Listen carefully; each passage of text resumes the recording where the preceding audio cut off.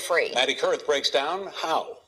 On a Meg, state troopers say they have phone records of both the women communicating with some of the fugitives. They say Corvante Baptiste helped the one recaptured last night, Corey Boyd, and that Courtney Harris was at some point used as a getaway car.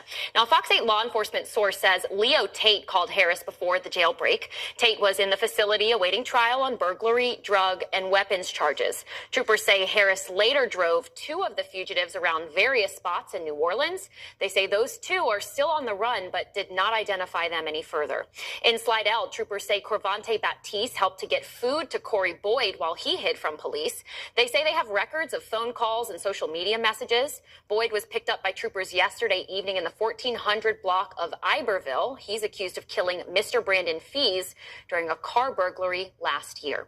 Now, the two women each face one count of accessory after the fact. In Louisiana, that's a felony, punishable by up to 5 years in prison.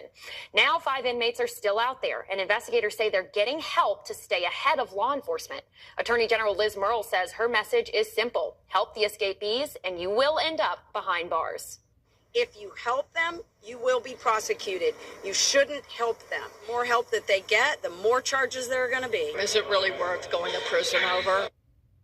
The first arrest for allegedly helping in the escape came earlier this week. Jail maintenance worker Sterling Williams faces 10 counts of simple escape and 1 count of malfeasance in office. Williams claims one of the escapees, right there on your screen, Antoine Massey, he says he threatened to shank him if he didn't shut the water off to the cell's toilet right there. Williams' attorney, Michael Kennedy, says his client shut the water off to unclog the toilet, not to allow the men to cut the pipe to freedom. But Sheriff Susan Hudson launched an internal investigation into her own staff, believing the inmates had more help from the inside.